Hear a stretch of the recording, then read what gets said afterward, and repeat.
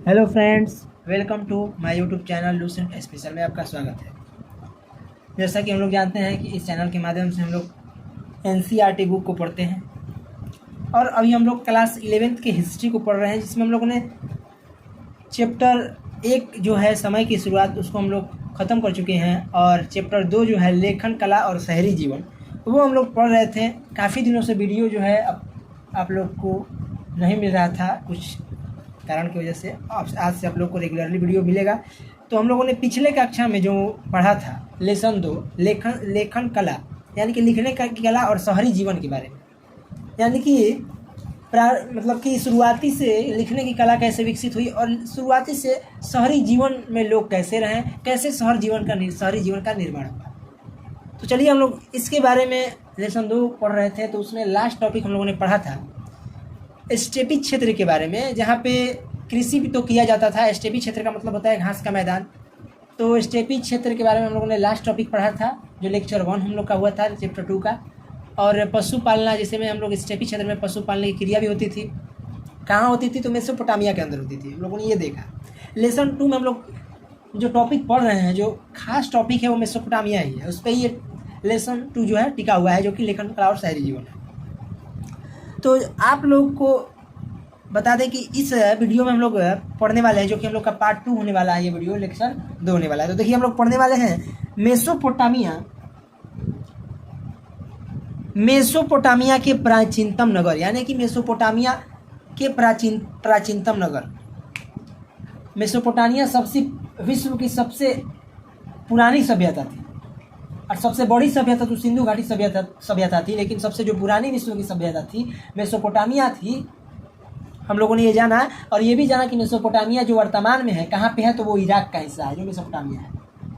Mesopotamia के प्राचीनतम नगर उर नगर। देखिए इस सभ्यता में नगरों का विकास, इस सभ्यता में नगरों का विकास 3000 ईस्वी पूर्व में प्रारंभ हो गया। समझ में आ रहा होगा आप लोगों को कि 3000 ईस्वी पूर्व में इस सभ्यता में, मेसोपोटामिया के सभ्यता में नगरों का विकास प्रारंभ हो गया था। ठीक है। उरुक और उर, यानी कि उरुक, उर और मारी इसके प्रसिद्ध नगर थे। ये तो हम लोग जानते ही हैं। जो उरुक और उर थे और मारी इसके प्रसिद्ध नगर थे। यहाँ उर नगर में नगर नियोजन की पद्धति का अभाव था। देखिए इस लाइन को आप लोग समझिएगा, क्योंकि ये लाइन बहुत ही हार्ड लग रहा होगा आप लोग को। कोई बात नहीं, इसको हम लोग समझते हैं कि उरुक, उर और मारी इसके प्रसिद्ध नगर थे। तो हम लोग देखेंगे कि उर नगर के बारे में। तो यहाँ उर नगर में नगर नियोजन की पद्धति का अभाव था। नगर नियोजन की पद्धति, इसका अर्थ अगर हम लोग निकालें तो अपने उद्देश्यों की प्राप्ति करने के लिए, हम लोग अपने लक्ष्यों की प्राप्ति के लिए जो लक्ष्य की प्राप्ति के लिए उद्देश्य निर्धारण करते हैं, उसी को हम लोग नियोजन पद्धति कहते हैं। तो नगर के लक्ष्य, यानी कि नगर के लक्ष्य क्या हैं, उसके उद्देश्य, नियोजन पद्धति का मतलब क्या होता है? अपने लक्ष्यों के उद्देश्य की प्राप्ति, मतलब अपने लक्ष्य के उद्देश्य की प्राप्ति करना। तो नगर नियोजन की पद्धति का अभाव था, यानी कि नगर नियोजन की पद्धति, यानी कि नगरों में अपने लक्ष्य की प्राप्ति की उद्देश्यों का अभाव था। क्या था? नगरों में अपने लक्ष्य के प्रति जो उद्देश्य होते हैं उनका अभाव था। ठीक है। आगे देखिए, गलियां टेढ़ी मेढ़ी थी। कहाँ थी? उर नगर में गलियां टेढ़ी मेढ़ी थी। जल निकासी का अभाव था। देखिए जल निकासी का भी अभाव था, तो बहुत यहाँ पर यानी कि दिक्कत था। यहाँ के लोग घर बनाते समय सगुन और अपसगुन का सोच रखते थे।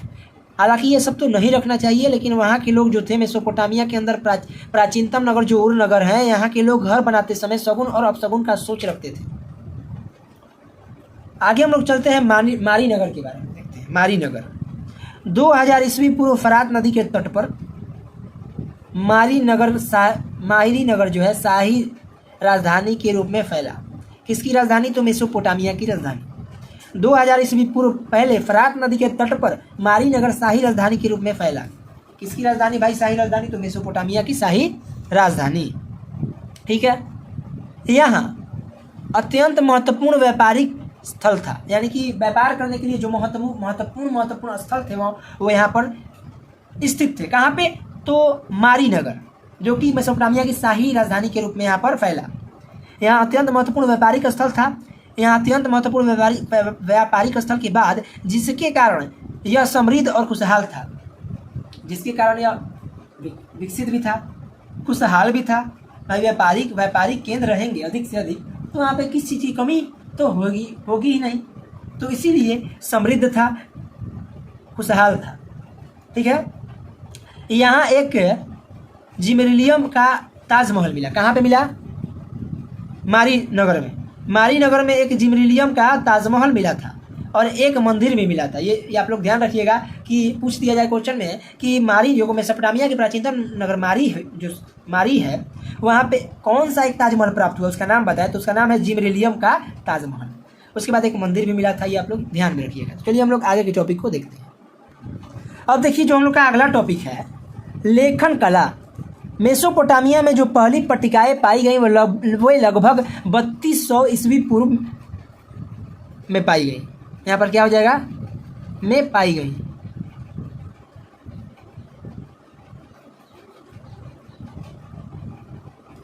ठीक है। देखिए मेसोपोटामिया में जो पहली पट्टिकाएँ पाई गई वो लगभग 3200 ईस्वी पूर्व में पाई गई। कब? तो 3200 ईसा पूर्व जो मेसोपोटामिया में पट्टिकाएँ पाई गई वो 3200 ईसा पूर्व में पाई गई। बट पट्टिकाएँ हम लोग जानते हैं वो मिट्टी की होती थी। आगे हम लोग उसके बारे में देखेंगे।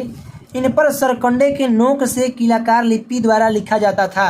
सरकंडे के एक नोकीली, जैसे ये पेन दिख रहा है नोकीली है, वैसे ही सरकंडे के नोक से कीलाकार लिपि द्वारा लिखा जाता था। किस पे? पट्टिकाएँ को। ठीक है। इन पट्टिकाओं को धूप में सुखा लिया जाता था। ठीक है। यहाँ तक आप लोग को डाउट नहीं हुआ होगा। आगे आप लोग देखेंगे तो आप लोग को सारा समझ में आ जाएगा कि पट्टिकाएँ क्या हैं और पट्टिकाएँ की मतलब उसकी मतलब विशेषता क्या है। तो देखिए हम लोग देखेंगे वो पाई गई।